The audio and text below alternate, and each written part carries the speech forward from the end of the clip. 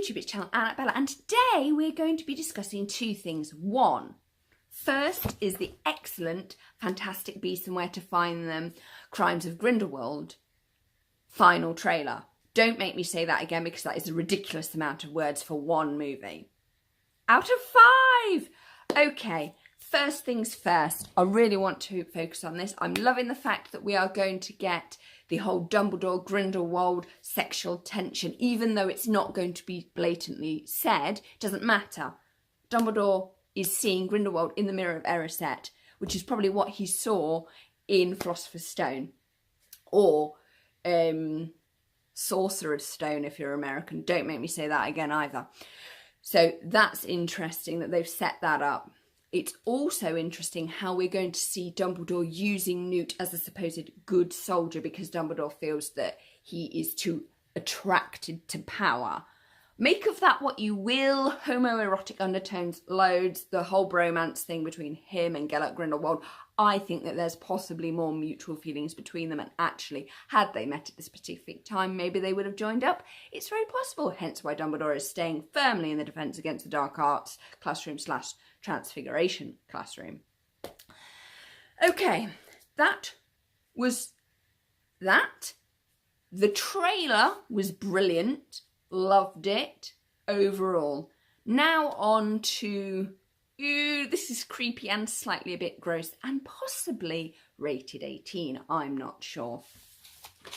Nagini was first introduced in Goblet of Fire. Goblet of Fire is one of the creepiest books that I have ever read. Remember, I was 14/15 when I read it. The graveyard scene is particularly gross.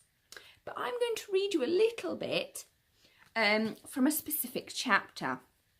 No, it's not the one where Voldemort says, who is going to milk Nagini to Wormtail? Because that does actually happen in here. And with recent news, doesn't that make certain things even more creepier? Anyway, this is Harry Potter and the chapter is The Dream and it's from Goblet of Fire. Harry had left the owl's back. He was watching now as it fluttered across the room into a chair with its back to him. There were 2 dark shapes on the floor besides the chair. Both of them were stirring. One was a huge snake. The other, a man, a short, balding man, a man with watery eyes and a pointed nose. He was wheezing and sobbing on the hearthrug. "You're in luck, Wormtail," said a cold, high-pitched voice from the depths of the chair, in which the owl had landed. "You're very fortunate indeed. Your blunder has not ruined everything. He is dead." "My lord," gasped the man on the floor. "My lord, I'm so pleased and so sorry." "Nagini," said a cold voice, "you're out of luck. I will not be feeding Wormtail to you after all. But never mind. There's still Harry Potter." The snake hissed. Harry could see its tongue fluttering. "Now, Wormtail," said the cold voice, "perhaps one more little reminder why I will not tolerate another blunder from you." "My lord, no, I beg you." The tip of a wand emerged from the depths of the chair. It was pointed at Wormtail. "Crucio," said the cold voice. Wormtail screamed and screamed as though every nerve in his body was on fire. The screaming filled Harry's ears as the scar on his forehead seared with pain. He was yelling too. Voldemort would hear him, would know he was there. "Harry, Harry." Harry opened his eyes. I would like to point out 2 facts. The snake hissed, and one was a huge snake. It's written in black and white there, and it says one was a huge snake, not an Asian woman trapped in a snake's body. One was a huge snake. So in these 7 books, from Philosopher's Stone all the way to Deathly Hallows, which means 7 books, Nagini is described as an elegant, sentient female snake who Lord Voldemort feeds people to. One of them being poor Charity Burbage, who was the Muggle Studies teacher, which I possibly, from how she is treated in that trailer, can fully understand why she would want to eat a Muggle Studies teacher. But it takes creepiness to a whole creepy level.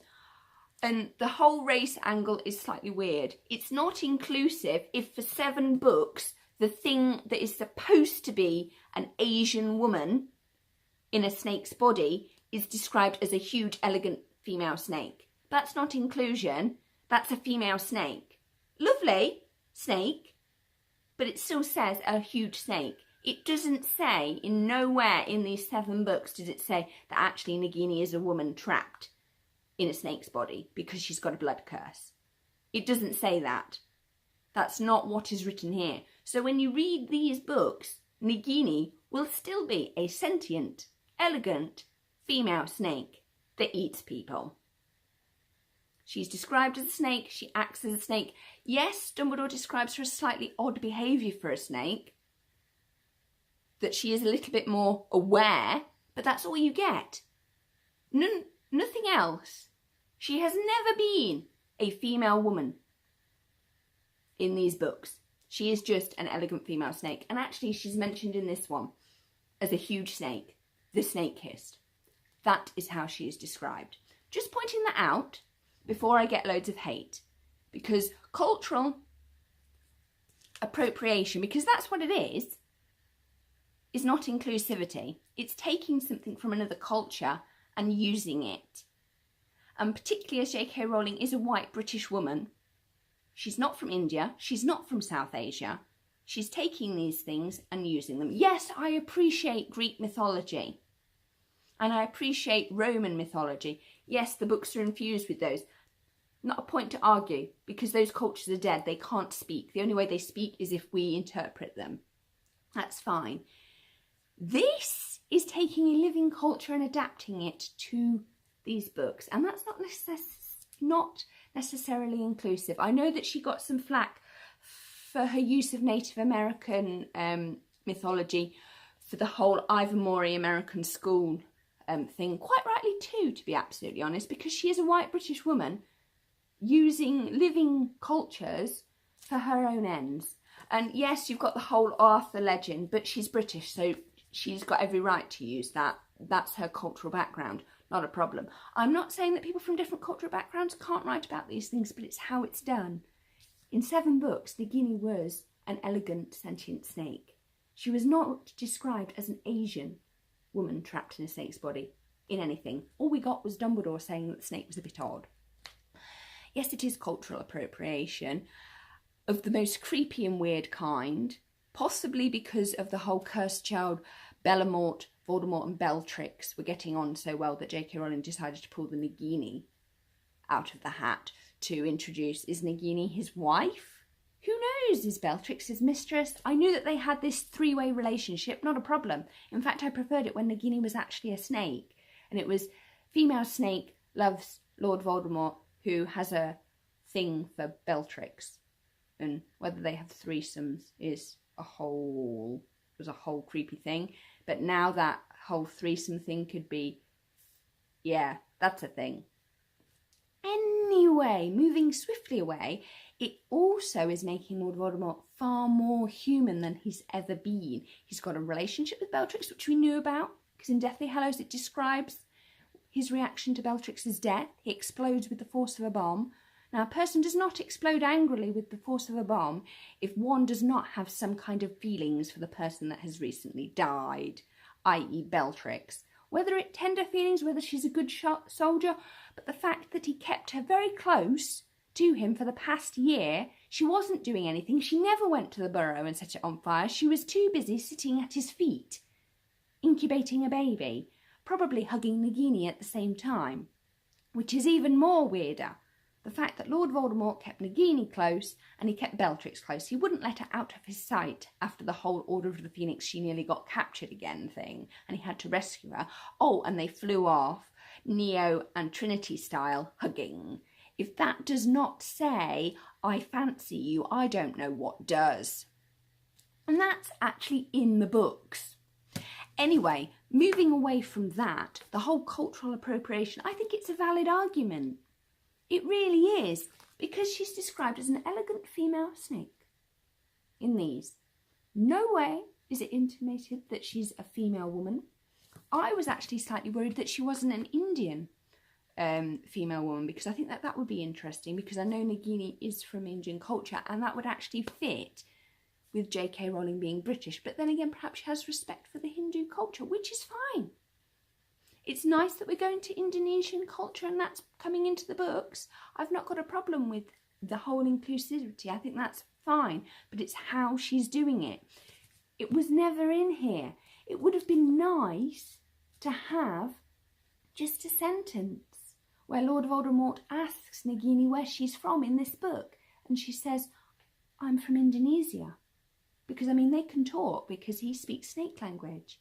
So I suspect now that we know that she's an Indonesian woman, that some of their conversations would actually be rather interesting. And we'd like to actually hear them. Because I suspect that she actually helped him cope with being a soul. Because didn't she allow him to hang out inside her when he was like that vapor soul? So I think that that's really interesting. And I think that Nagini is going to have a really tragic backstory, because if she is in love with Credence, which I think that they are going to have a very close relationship because they are both in magical society, but they're outside of magical society, very much like werewolves are, I think that that's going to be an interesting relationship. And actually, I think the whole Credence, Nagini, Lord Voldemort link is far more fascinating. And I actually think that Grindlewald is actually going to betray some people very, very badly. And Dumbledore is going to support that decision, which in the end sets up Lord Voldemort's First War and Second Wizarding War quite easily. And it is going to be absolutely awful. I don't think Dumbledore is going to come off very well at all. I think Grindelwald isn't going to come off very well either. And it's possible that both are as bad as each other. I know that's shocking, but actually I think that's pretty much what we're going to see. Because they're using Newt. Dumbledore's using Newt, it's quite blatant. Instead of going himself, because he can't. Because if he goes, he's afraid that he'll hang out with Grindelwald and they'll end up bromancing again. And he'll just go along with it. And Credence and Nagini are just going to get in the way, and Nagini is possibly going to help Credence or save Credence or try and save him, and she's going to lose him. And this could explain why she hates Muggles or what her relationship is, because she ate a Muggle studies teacher, so clearly she doesn't want magical people learning about Muggles because perhaps they treat her awfully, which I think is a fair comment, seeing as she did work in a circus. If that's the job that you can get because you are turning into a snake, that's the only job you can get with that condition, I'm slightly worried. And the fact that she has to hang out with a Dark Lord so that she gets fed is a little bit concerning, because I'm sure Nagini could feed herself, but maybe she likes human companionship. Or in this case, Dark Lord companionship. Yeah, many questions this throws up for us to discuss. But it is slightly worrying because, I mean, we're only 2 films into this series of 5. And I appreciate J.K. Rowling wasn't great at world building in these. Great characters, great descriptions of the UK Wizarding Society. And obviously in this is when we get the European, France and Eastern Europe in. But we didn't actually get any further out, and I appreciate that Fantastic Beasts is a way of rectifying that and building the wizarding world, which is great, but it also alters things that are accepted. For instance, Hedwig dies at the beginning of Deathly Hallows. Nagini dies at the end. If Nagini was just a pet, then you would have 2 counterparts, because Nagini is Hedwig's counterpart all the way through the books. You lose that now, because actually Nagini is not a pet. She's an Indonesian woman trapped as a snake because she's got a blood curse. I mean, that's interesting. What happened to Draco Malfoy's wife? Did she turn into a snake, or did she have a different kind of blood curse? What are blood curses? See? More questions. More medical knowledge is needed. More medical knowledge is needed. So there's a whole host of things that are now going to come out the woodwork and creep in and change our interpretation of these, when actually, when you go back and read them, none of this new stuff is actually in here, people. It's not said. Nagini is described as a snake that hissed. And a huge snake. Female snake. Nothing more, nothing less. That is how she's described. So in the books, you are quite within your rights to read Nagini as Lord Voldemort's very elegant, very affectionate pet snake. Because she's a great counterpoint to Hedwig, really, because both do a cracking job as pets. If you want a pet, get a Hedwig or a Nagini for loyalty, really. And that's interesting in itself in so many ways. Anyway, I'm done now. I will accept and move on. It is what it is, but oh boy, has she been reading too much fanfic? Because I'm getting to the stage now where I think that she just reads the fanfic and whatever is like predominantly a good idea she goes with, like the whole Bellatrix and Lord Voldemort having a kid. That actually does work, and I can live with that actually. But this business is very interesting because ever since Voldemort's death, he's becoming more and more human, which is quite nice. But in the books, he's described very coldly. But then again, that's all Harry would see. Because, I mean, in the books, Harry's only 11 to 17. So we've got a child's view of the world. Very much like in the first two books, we have a very child's view of Dumbledore. We don't have a complex view of him until we get to book 3. And even then, it's sort of still a bit hero worshippy. And I think it's the same with Lord Voldemort. He comes across as very, very much this evil, evil, evil thing, when actually there are lots of layers. That is kind of worrying, actually, because how she wrote him and the things that we are finding out now, he's becoming more human, which is interesting in itself. I do think it's interesting, but it's sort of like, how human should we make him? I mean, it's one of the reasons why Harley Quinn and the Joker have this, is it love or is he using her? And times you can see, yeah, they do care about each other, and then other times you go, actually, she's using him and he's using her for mutual benefit. Is that codependency? Probably. So is it love or codependency? Yeah, I think we can ask the same for Bellatrix and Lord Voldemort, and possibly Nagini as well. But all relationships have some codependency in them. I think that's worth mentioning. So yeah, sorry for this random rant on this subject, but I just thought it should be brought up. The trailer is awesome. Do check it out. I'm going to be watching next month. Oh my goodness, it's next month. Next month is November. Do check it out. The trailer is really good, and I think it's going to actually, we're going to end up asking more questions, which is always a good thing, than getting answers. Because remember, we're only on film number 2 of a series that's supposed to be 5 films. So God knows what else she's going to come up with that is a theory, that could be a theory. So hold on to your seats, because Harry Potter's world is about to crumble before your eyes, or be reshaped, or reshaping your paradigm. Anyway, please like, comment and subscribe, and I hope you've enjoyed this video. Bye!